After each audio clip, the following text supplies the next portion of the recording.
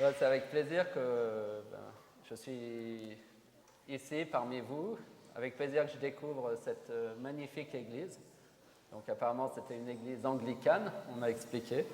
C'est vrai qu'elle est vraiment, vraiment jolie. Mais c'est vrai que ce qui est le plus joli dans une église, c'est quand même la communauté qui l'habite. C'est chacun de vous. Parce que justement le Seigneur, eh bien, s'il est venu, c'est pour nous. Ce n'était pas pour ce bâtiment-là. L'église, c'est la communauté, c'est les gens, c'est les enfants de Dieu. Je vais vous proposer une réflexion autour de l'histoire d'Adam et Ève, qui pour certains n'est qu'un mythe, qu'une vieille légende. Et cette année, j'aborde mes 40 ans, oui, on devient vieux. Ne riez pas, ça vous arrivera aussi. Vous, là, oui, ça vous arrivera aussi.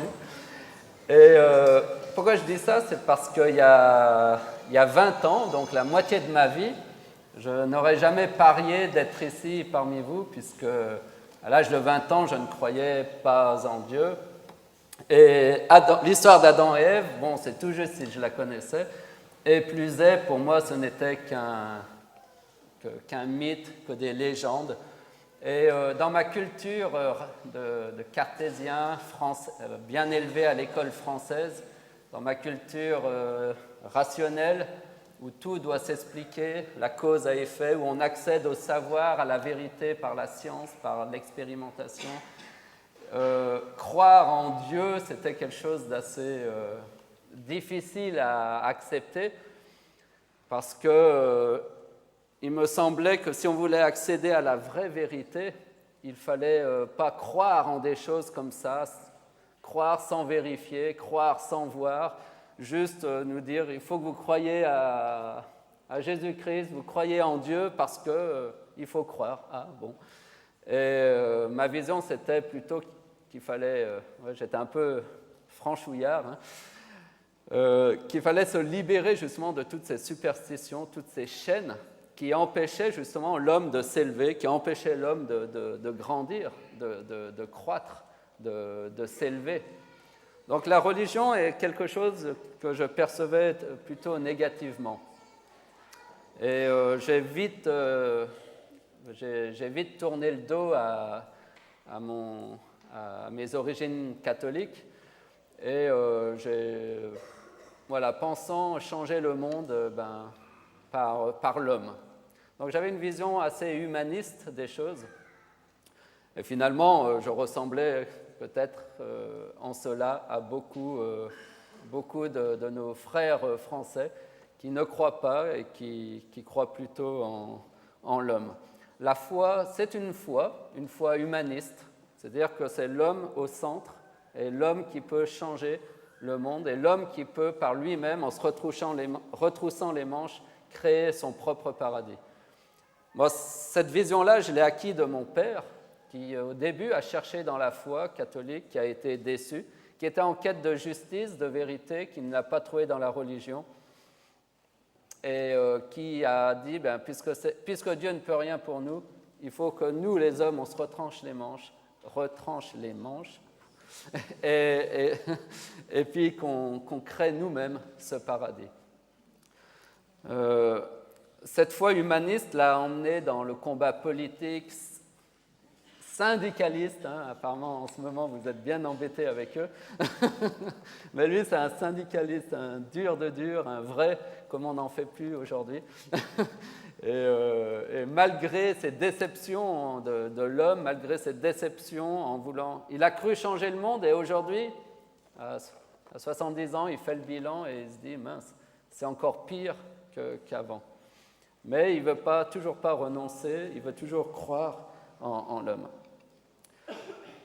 J'ai tourné le dos à la religion, cherché dans la politique, et très rapidement, j'étais aussi déçu par la politique, comme la plupart de nos contemporains aujourd'hui.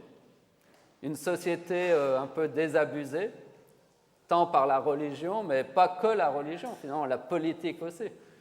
Parce qu'avec toutes ces affaires de corruption, l'idéal, cette quête de justice, cette quête du paradis perdu, eh bien, reste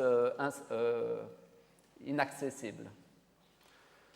Alors, on cherche un peu plus loin. J'ai cherché dans la philosophie, pensant trouver des choses, mais avec mon esprit un peu trop pragmatique, ça me semblait trop loin des choses. J'ai cherché un peu partout sans réussir à trouver.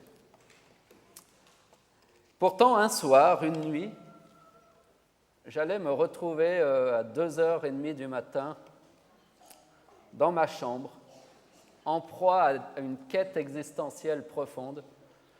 Et pour la première fois de ma vie, j'allais vraiment prier et m'adresser à Dieu. Vous savez, il est difficile de croire en Dieu.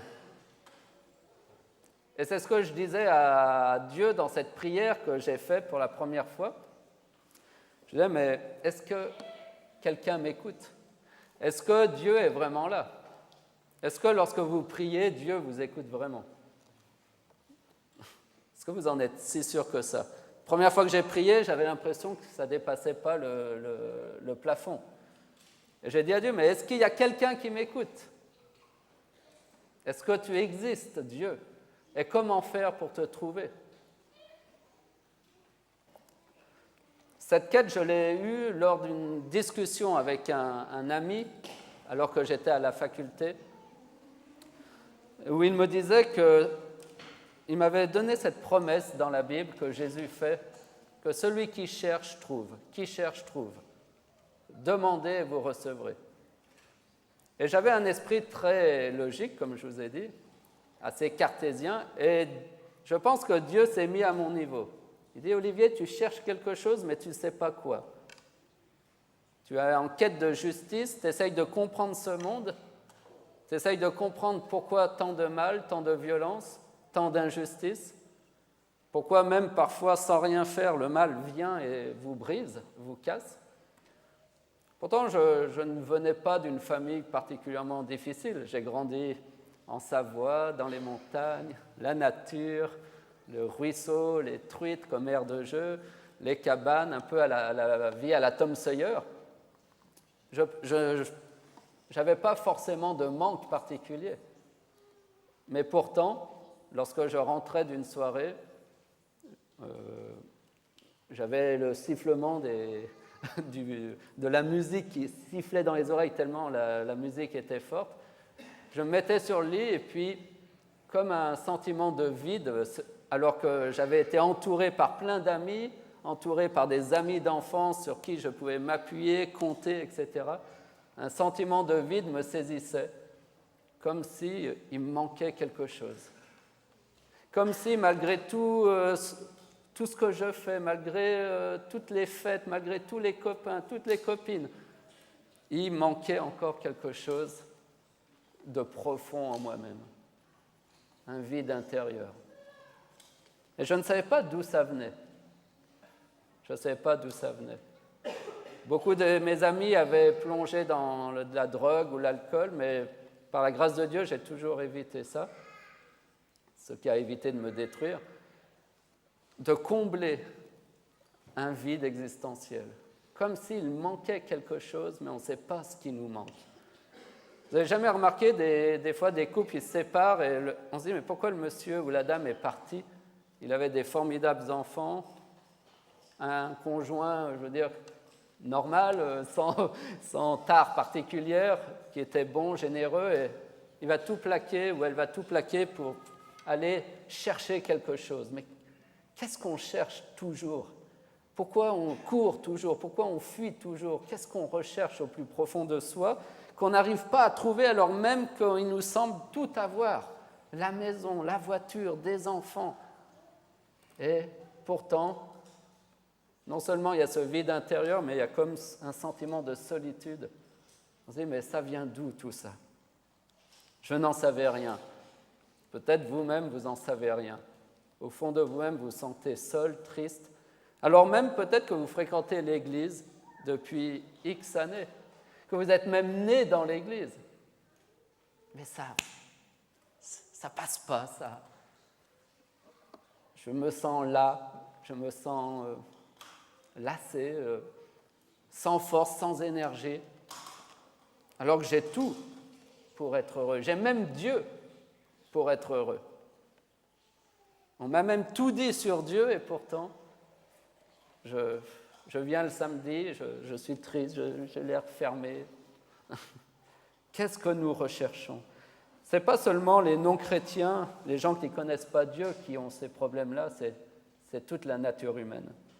C'est pourquoi j'ai choisi cette histoire d'Adam et Ève, parce qu'elle est extraordinaire. Ce n'est pas un mythe. Adam et Ève, c'est la condition humaine universelle. Adam et Ève, on n'aura pas le temps de l'explorer beaucoup, mais comment il s'appelle voilà. Paul Ricoeur, le philosophe, dans son livre Le conflit des interprétations, dit de cette histoire qu'elle exprime le fond inexprimé et inexprimable en langage direct et clair de l'expérience humaine. Vraiment, voilà, il dit cette histoire, c'est l'expérience humaine. Et vous allez voir que dans cette histoire, non seulement je vais pouvoir me reconnaître, mais chacun de vous, vous allez pouvoir vous reconnaître. Parce qu'elle nous parle de qui nous sommes. Adam et Ève, nos premiers parents, eh bien, tel père, tel fils, on leur ressemble étrangement. Et c'est étonnant de voir comment cette vieille histoire, dans son langage un peu parfois étrange, voire surréaliste, avec ce serpent, cet arbre, manger ce fruit, et après Quand on lit ça, on a l'impression que c'est vraiment une histoire qui ne tient pas debout. Mais lorsqu'on étudie un petit peu, eh bien, on est émerveillé. Parce qu'à travers cette histoire, nous apportons une réponse aux questions universelles qui demeurent en chacun de nous. Pourquoi suis-je né? Pourquoi la souffrance? Pourquoi la mort? Qu'y a-t-il après la mort? Pourquoi l'injustice? Comment être heureux? Vous pouvez retrouver tout ça dans cette simple histoire. Nous avons lu ce texte et ce qui se passe lorsqu'ils mangent de ce fruit défendu est vraiment intéressant. La première chose qui se passe en mangeant ce fameux fruit, c'est qu'il est dit que leurs yeux se sont ouverts. Mais c'est ce qu'avait promis le serpent. Il dit, vos yeux s'ouvriront et vous saurez que vous êtes comme Dieu. Et il a raison, les yeux s'ouvrent, seulement pas vraiment sur ce qu'ils attendaient. Et la première chose qu'ils voient, vous savez ce que c'est? C'est la nudité. Et en voyant leur nudité, leur premier réflexe, ça va être de se cacher, c'est-à-dire de fermer les yeux. C'est-à-dire, c'est comme ça, ils ouvrent les yeux, ils les ferment. Dans la vie, ce n'est pas un peu comme ça des fois. On ouvre les yeux et quand on ne veut pas voir quelque chose, on les ferme, parce qu'on n'est pas capable d'assumer ce qu'on voit. On n'est pas prêt à voir. On n'est pas prêt à ouvrir les yeux sur qui nous sommes. Nous ne sommes pas prêts à ouvrir les yeux sur qui nous sommes devenus. Adam et Ève ne sont pas prêts à ouvrir les yeux sur ce qu'ils ont fait, sur leur histoire, sur leurs fautes, sur leur souffrance. Ils ne sont pas prêts à faire face à leur nudité. Cette nudité, qu'est-ce qu'elle symbolise? Elle est un thème central dans cette histoire. Parce qu'avant d'avoir mangé le fruit, lorsque Ève a été créée à partir d'Adam, ils se découvrent nus l'un devant l'autre, mais le texte précise qu'ils n'en avaient point honte. C'est-à-dire qu'il y avait une nudité, mais elle n'est pas reliée à la honte ou la culpabilité. C'est-à-dire que cette nudité exprime quoi à ce moment-là? Elle exprime une relation vraie, authentique entre Adam et Ève. Une relation où ils n'ont rien à se cacher. Je peux être devant toi tel que je suis parce qu'il n'y a rien à se cacher. La transparence, l'un devant l'autre. C'est ça le paradis, de pouvoir vivre une relation l'un à l'autre sans avoir à se cacher des choses. C'est ça le paradis lorsqu'un couple fonctionne. Et même aujourd'hui, dans un monde abîmé, on peut encore vivre ça au sein d'un couple. entre un homme et une femme qui vivent dans la vérité l'un à l'autre. Ce texte nous dit que l'homme et la femme ne font plus qu'un, mais c'est un dans tous les sens du terme. Et là, on peut y voir la dimension de la sexualité, mais on voit surtout quoi? La dimension de la spiritualité. La sexualité et spiritualité est d'ailleurs quelque chose de très proche lorsque ce n'est pas perverti, lorsqu'elles sont dans le cadre et le projet que Dieu voulait. C'est-à-dire un homme et une femme qui peuvent être un, être nus l'un devant l'autre parce qu'il y a la vérité entre eux, il y a le respect, il y a l'amour, la douceur, la tendresse. Est-ce que vous n'avez pas remarqué, si vous faites quelque chose de mal, tout de suite, vos yeux n'osent plus regarder les yeux de l'autre? Quand on est nus l'un devant l'autre, on se regarde les yeux dans les yeux et on ne baisse pas les yeux. Mais au contraire, il y a une union qui se crée. C'est ça le projet que Dieu veut. Et c'est ça qu'il veut justement faire ôter tout le mal qui existe dans les relations entre les hommes et les femmes, entre les êtres humains. La nudité, après avoir désobéi à Dieu, on voit qu'elle n'est plus la même. Parce qu'il se découvre nu. Il se découvre... le terme hébreu de nudité, eirom, évoque à cet instant le sentiment de vide, de dépouillement. L'homme a perdu quelque chose en route. L'homme a perdu quelqu'un en route. L'homme prend peur parce qu'il ne se reconnaît pas. Il a perdu son innocence et l'éclat divin qui l'entourait. Il se sent nu, seul, dépouillé d'une partie de lui-même, comme un enfant coupé de ses racines, de ses parents. Il ressent une absence, un vide, une solitude profonde. Combien d'enfants orphelins sentent un vide et au début, ils ne savent pas toujours comment l'exprimer et ce que c'est. Et au fond, ils réalisent que c'est l'absence du papa ou de la maman. Adam et Ève vivent à ce moment-là leur premier deuil qui, depuis ce jour, fera partie inhérente de l'homme. Un auteur disait « La vie est faite d'une succession de deuils. Nous sommes sans cesse confrontés à des ruptures et des séparations qui représentent des étapes difficiles à franchir. » C'est vrai, c'est dur. Dur d'accepter d'avoir perdu quelque chose, d'avoir perdu quelqu'un. Dur d'accepter que les choses ne seront plus jamais comme avant. Accepter d'avoir perdu l'insouciance et l'innocence de la vie, l'insouciance, l'innocence d'un couple, de l'amour entre deux êtres. Qu'il est difficile de renoncer à cet état, à ces choses. Une partie de soi s'en va et laisse place à un vide, à l'inconnu, au manque.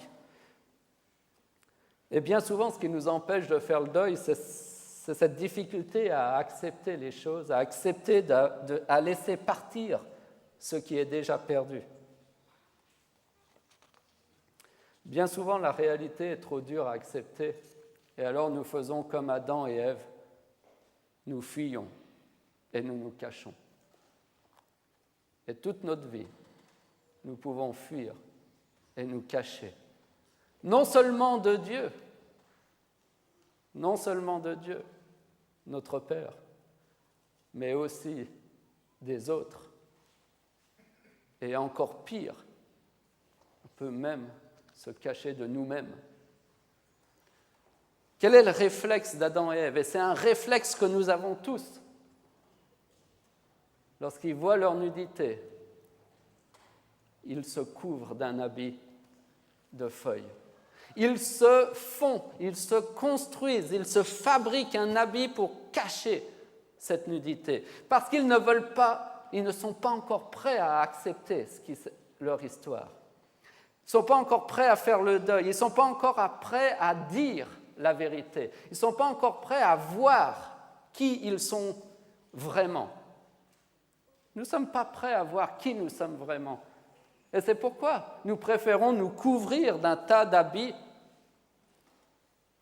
et fuir et nous cacher de Dieu. Reprenons ces 3 pôles relationnels brisés. Rupture avec Dieu, rupture avec son prochain, rupture avec soi-même. On va y aller rapidement. Il y aurait beaucoup de choses à dire, mais le temps presse. La rupture avec Dieu, elle est précisément et clairement illustrée à travers la fuite d'Adam et Ève. La Bible dit « Ils entendirent la voix de Dieu qui parcourait le jardin vers le soir. Et l'homme et sa femme se cachèrent loin de la face de l'Éternel Dieu, au milieu des arbres du jardin. » Voilà la réalité du monde. Qui se cache et qui fuit Dieu au milieu de cette grande ville de Paris. On peut se cacher là derrière les buildings, tout ça, on peut être introuvable. Et c'est tellement grand qu'on peut être anonyme, faire notre petite vie sans avoir de compte à rendre à personne. On fait notre vie tranquille à Paris. Ce n'est pas comme dans un petit village de Savoie, tout le monde se connaît, et puis voilà, on n'est pas... voilà, ici, vous faites ce que vous voulez. Vous pouvez fuir et vous cacher sans que personne ne vienne vous importuner. Il y a des choses positives et des choses négatives à cette chose. En entendant la voix de Dieu, l'homme a peur. Parce qu'il a peur de faire face à Dieu.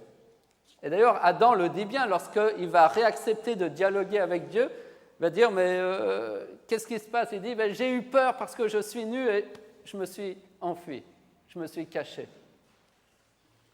Vous savez, là, on a la définition même de ce qu'est le fameux et célèbre mot « péché ». Ah, vous êtes pécheur. Mon père, il dit toujours ça, oui, la religion, oui, on est pécheur, on est mauvais, on connaît. Lui, pour un humaniste, oser dire que les hommes ne sont pas bons, ça ne va pas. Il a du mal à coller les morceaux, parce que l'être humain est un être fragmenté. Oui, il est bon, mais il est aussi mauvais. Et on va le voir justement, parce qu'il est en rupture avec lui-même, il a un problème d'identité. Le péché, c'est pour dire qu'il y a quelque chose de cassé avec Dieu. Le péché, on en a souvent fait un problème d'ordre moral. On vous a souvent dit ça, fais pas ci, fais pas ça, il faut aller à l'église, pas voler, il ne faut pas dire de mensonges, c'est pas bien, le Seigneur va te punir sinon. Bon, c'est un peu grossier, mais c'est souvent ça. Il ne faut pas pécher. Mais vous savez, le problème du péché, avant d'être un problème d'ordre moral, c'est avant tout un problème d'ordre relationnel. Le péché avec un P majuscule, c'est la rupture de l'homme avec Dieu. Et le péché avec un P minuscule, ce sont les conséquences qu'engendre cette rupture avec Dieu. Réconciliez-vous avec Dieu et vous n'êtes plus soumis à la force du péché, à la force du mal. Nous péchons parce que nous voulons combler l'absence de Dieu. Mettez Dieu dans votre vie et vous n'aurez plus à fuir et à vous cacher. Vous n'aurez plus à fuir les autres et à vous cacher même de vous-même. Parce que Dieu va vous donner sa paix. Il va vous emmener sur les chemins de réconciliation avec lui, mais pas qu'avec lui. Souvent, on croit qu'être chrétien, c'est juste Dieu, Dieu. Non. Aimer Dieu, mais aussi se réconcilier avec son prochain.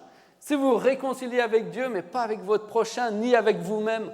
Je vois des chrétiens qui vivent encore dans des culpabilités, tout ça, mais on voit qu'ils ne sont pas en paix. Et ils voudraient nous faire croire qu'ils sont en paix avec Dieu, et sans être en paix avec eux-mêmes, ni en paix avec les autres. C'est mensonge. Dieu veut nous remplir complètement. Le péché minuscule, avec le P minuscule, représente les conséquences de la rupture comme la peur du jugement de nos actes, du regard des autres, la culpabilité à cause des lois morales enfreintes. Et ce sont là tous nos mensonges, nos méchancetés, nos conflits, nos rancœurs, fruits de cette rupture avec l'équilibre divin. Donc on pourrait dire, sans vouloir être grossier, que le pape, au final, est autant pécheur par nature que peut-être la prostituée du coin. Permettez-moi cet écart, juste pour montrer que ce problème touche tous les êtres humains. Toute l'humanité est en rupture avec Dieu. Et tout le projet de Dieu, c'est d'être réconcilié à lui. Qui cherche, trouve. Et c'est ce que Dieu avait mis dans mon cœur. Cherche, Olivier, continue à être en quête de justice et tu trouveras. Tu trouveras. Oui, les yeux de l'un de l'autre s'ouvrirent, ils connurent qu'ils étaient nus. Connaître, c'est faire l'expérience. Ils font l'amère expérience d'une nudité. Et ils se couent des feuilles de figuier et s'en font des ceintures. La rupture avec l'autre. Je vais devoir accélérer, je m'excuse, mais... Adam et Ève n'avaient pas honte. Ils vivaient en toute transparence. Après, Adam se fait un habit, Ève se fait un habit, ils se cachent l'un de l'autre. Aujourd'hui, nous portons tous un masque. Et ce masque, il peut être on porte tous un habit, et ça peut être des habits très subtils ou plutôt grossiers. Mais voilà, un des plus subtils habits, c'est l'habit religieux. On met un habit religieux pour cacher sa nudité, faire croire qu'on n'est plus en rupture avec Dieu, alors qu'en fait, on continue à être loin de la paix de Dieu. On continue notre grotesque cinéma à faire croire de ce qu'on n'est pas. Parce que cet habit-là, c'est là pour cacher quelque chose. Je cache ce que je suis vraiment aux autres. Pourquoi ? Parce que j'ai peur d'être jugé, j'ai peur d'être rejeté, c'est normal. C'est un réflexe qu'ils ont. En psychologie, on montre bien que c'est un réflexe de protection. Mais à un moment donné, il faut aller au-delà. Il faut entrer dans la vérité envers Dieu, envers l'autre et envers soi-même. Il y a beaucoup... Et le fait de se couper, Adam se coupe de Ève. Moi, je me coupe de vous, de mes enfants, de ma femme. Qu'est-ce qui se passe naturellement ?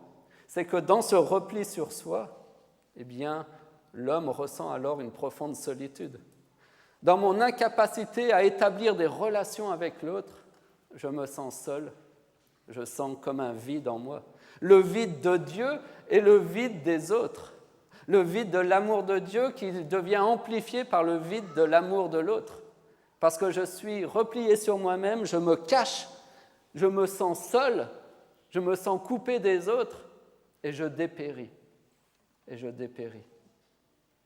Il y avait 2 arbres au centre du jardin, 2 arbres au centre de la vie. Le premier, c'était l'arbre de vie qui représente Dieu parce que Dieu est la vie. Le deuxième, c'était l'arbre de la connaissance qui représente l'homme, l'homme au centre. C'est ça l'humanisme, l'homme au centre. L'homme a voulu être au centre des choses, être Dieu. Il voulait manger de tout, sans limite, sans frein, à volonté, comme à Flunch. Il ne voulait pas de limite à sa liberté. Et qu'est-ce qui se passe quand on va à Flunch ? On mange trop. Et après, on est malade. Toujours comme ça. Et en Amérique, c'est pire, parce que vous avez même la viande à volonté, les desserts à volonté, et les entrées à volonté. Donc, ce n'est pas que le plat principal. Et là, vous ressortez, vous êtes presque mort. C'est ça le vide que je ressentais. Je me souviens d'une expérience où j'étais dans un bus, j'étais à 20 ans, j'étais à Chambéry, il faisait froid, on était dans le bus, tout le monde était replié sur lui-même, tout le monde se cachait avec ses écouteurs, tout ça. Et je regardais et je me disais, mais c'est quoi le sens de cette vie ? On est là tous proches les uns des autres, comme ici on est proches les uns des autres et en même temps on peut être si loin. On n'arrive pas à connecter avec l'autre. Ah, on a bien Facebook, tout ça, mais ça ne marche pas vraiment non plus. Derrière cet écran, on sent bien que ce n'est pas ça qui va remplir mon cœur. Je veux des vraies relations avec un regard, on se regarde droit dans les yeux. Et dans les yeux, le miroir de l'âme, on voit qu'on s'aime, on voit qu'il y a du respect. Et on est rempli par ce regard, on est boosté. Comme quand il y a des rencontres de jeunes, on rentre, on est fort, parce qu'on n'a pas fait le plein d'émotions, on a rempli le réservoir affectif et émotionnel. Et on est fort. C'est ça la vraie vie, la rencontre avec l'autre. Si vous avez une vie chrétienne juste à votre relation avec Dieu tout seul, vous êtes dans la fuite, vous êtes en train de vivre votre petit délire avec Dieu tout seul, mais vous êtes coupé de la réalité, coupé de vous-même. Non, Dieu veut nous connecter à l'autre. Mais pour cela, il faut être prêt à faire face à vous-même. Mais le problème, c'est qu'on est coupé de nous-mêmes. En se cachant, en faisant un habit de feuilles, vous avez peur de regarder qui vous êtes. Vous avez peur de faire face à votre nudité, à votre condition. Vous avez peur de regarder la vérité en face sur vos actes manqués, sur votre histoire. Vous avez peur de faire face à vos douleurs. Combien de fois j'accompagne des gens qui ont souffert, qui ont été martyrisés, blessés, humiliés, violés. Ils ont enfui ça en eux. Et vous voyez, ce texte biblique, cette vieille histoire est pertinente. Toute la psychologie moderne est dans cette histoire. Qu'est-ce qu'on fait quand on est blessé? On se cache et on se couvre. On couvre la plaie. On met un habit. Si ça fait mal, on met un deuxième habit, un troisième, quatrième. C'est le... Voilà. Et on entre dans le déni, le refoulement. On refoule tout ça dans notre inconscient jusqu'à oublier. Les gens oublient le mal. Ils ont réussi à couvrir tout ça avec leur propre force, leurs propres mains, à couvrir leurs péchés par eux-mêmes, à couvrir le mal, le péché des autres sur eux. Mais au fond, tout saigne. Au fond, ils sont déprimés. Au fond, ils sont morts. Et ils marchent comme des morts. Il n'y a plus d'impulsion. Il n'y a plus l'impulsion de la vie qui les anime. Leur regard est éteint. Ils dépérissent. Parce que ce n'est pas la solution que de se cacher. Ce n'est pas la solution que de fuir les autres, fuir soi-même. Et tout ça, c'est venu de quoi? À partir du moment où on a fui Dieu. Quelle est donc la solution? Si le péché est la rupture avec Dieu, la solution est toute simple, toute trouvée. Une bonne définition du péché donne une bonne définition de la solution. Vous pouvez la trouver. Alors si le péché c'est la rupture avec Dieu, quelle est la solution au péché? La réconciliation, tout simplement. Qu'est-ce que Jésus est venu faire à la croix? C'est la réconciliation. Il est venu réconcilier le monde avec Dieu. Il est venu juste pour ça, juste pour nous réconcilier avec Dieu une fois pour toutes. À la croix se manifeste la grâce de Dieu, mais pas que la grâce de Dieu, la justice de Dieu pour le pardon de nos péchés. Parce que dans le pardon chrétien, il n'y a pas que la grâce, il y a aussi la justice. Parce que vous savez pourquoi nous ne pardonnons jamais? Parce qu'on a prêché un faux pardon chrétien. Un pardon où la fille violée doit pardonner son offenseur, mais elle n'arrive pas et elle devient coupable de ne pas réussir à pardonner son bourreau. Et dire, maintenant c'est moi qui est le bourreau. C'est pas possible. Mais elle veut qu'il paye. Elle veut que justice soit rendue. Et Dieu vient pour rendre justice à toutes les victimes de ce monde. Il vient rendre justice pour tout le mal qui a été fait. Mais il vient d'abord pour sauver le pécheur et lui dire, mais ouvre tes yeux, ouvre-les à nouveau, arrête de les fermer, ouvre sur qui tu es vraiment, sur ta vraie vie, ta vraie personnalité, ta vraie histoire. Arrête de mentir aux autres et de te mentir à toi-même. Moi, tu ne peux pas me mentir. C'est pour ça, lorsqu'ils entendent la première fois la voix de Dieu, ils fuient Dieu. Parce qu'ils ont peur, parce que Dieu, c'est la vérité. Ils ont peur de faire face à Dieu parce qu'ils ont peur de faire face à leur vérité. Qu'est-ce qu'on va faire? Continuer à fuir? Et je vais terminer peut-être sur cette histoire où je vous avais dit que pour la première fois de ma vie, j'ai vraiment prié ce Dieu-là. Parce que oui, je cherchais quelque chose. J'étais en quête de justice. En quête de justice pour comprendre pourquoi. Pourquoi tout ce mal? Quête de justice de ma famille, d'un père, de mon père, qui n'a jamais connu son père, à 2 mois de sa naissance, déporté dans les camps, et il ne reviendra jamais. Et toute sa vie va grandir seul. Qu'est-ce qu'on a dit à mon père pour cette quête de justice? On n'a pas su le lui dire, qu'il pouvait le trouver en Dieu. Mais j'avais au fond de moi cette intuition que le mal serait vaincu par le bien. Mais comment c'est possible? Le mal paraît si puissant.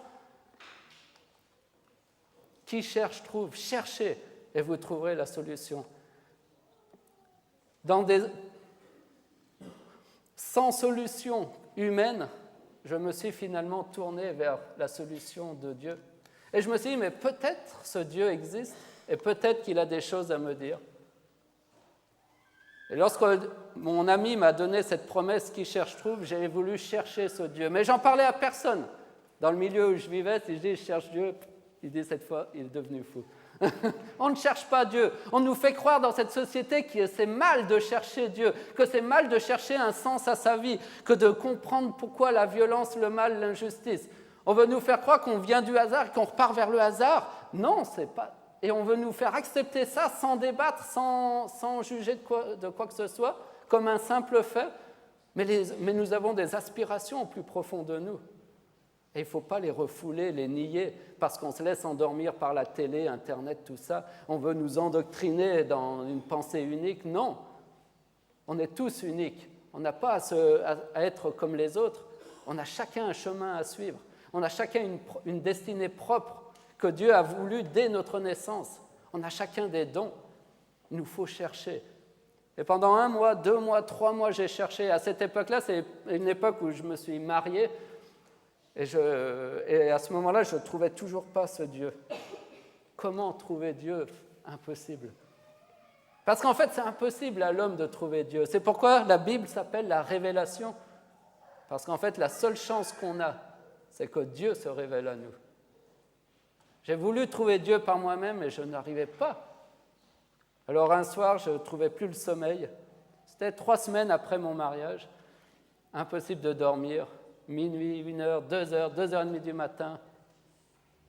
Non, j'arrive plus. Il faut que je sache s'il y a un Dieu ou pas. J'étais prêt à croire comme à ne pas croire. 50-50. Maintenant, Dieu, qu'est-ce que tu fais? Alors, j'ai cherché et ne sachant plus comment trouver, eh bien, je me suis décidé enfin, au bout de 3 mois, à prier. Et j'ai prié en moi-même, ma femme dormait à mes côtés, je prie en moi-même et je dis, Seigneur Dieu, est-ce que tu existes? Est-ce que tu m'entends là? Je ne sais pas. Tu as dit qui cherche trouve, mais je ne trouve rien. Mais si tu existes vraiment, si tu m'entends là, maintenant, ben fais-moi un signe. Fais-moi un coucou de là-haut. Montre-moi que tu existes vraiment, parce que je ne sais pas comment faire autrement. Et là, j'ai dit, Seigneur, fais que la main de ma femme me touche le visage. Alors je saurai que tu entends les prières et que tu existes. Et à ce moment-là, dans le noir, j'ai senti une main me caresser le visage de haut en bas. Et j'ai su que Dieu existait. Ce n'était pas quelque chose d'extraordinaire, de phénoménal, mais le vrai miracle, c'est qu'à ce moment-là, tous mes doutes ont disparu. Alors que je n'arrivais pas à dormir à cause de ces doutes, j'ai pu m'endormir dans la paix de Dieu. Et jusqu'à ce jour, j'ai eu parfois des doutes, des questions, Seigneur, je ne comprends pas, mais jamais,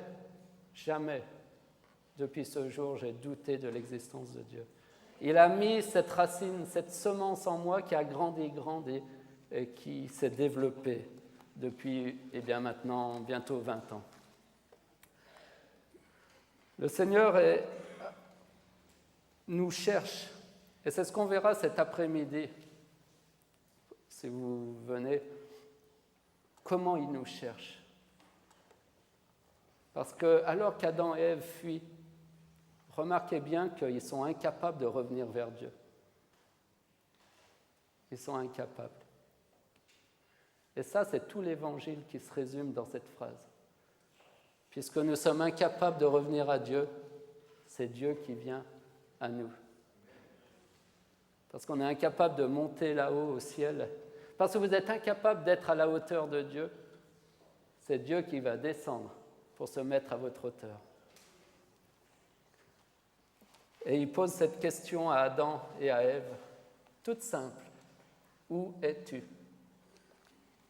Où en es-tu dans ta vie? Une petite phrase au présent pour dire que Dieu vient dans notre présent, là où nous sommes et tel que nous sommes. Il ne nous attend pas là-haut, il est descendu et il nous appelle. Ce n'est pas Dieu qui nous ignore, c'est nous qui ignorons Dieu. Parce qu'on ne veut pas entendre sa voix, parce qu'elle nous fait peur, parce qu'on a peur de faire face à la vérité, à la voix de la vérité. Mais si vous êtes prêts à faire face à cette voix, ouvrez vos oreilles, il vous parlera et il se révélera à vous parce qu'il est à la porte de votre cœur et il frappe. Et il fait cette promesse à celui qui ouvre cette porte, qu'il entrera et qu'il soupera avec vous. Que Dieu vous bénisse et on verra la suite tout à l'heure. Amen.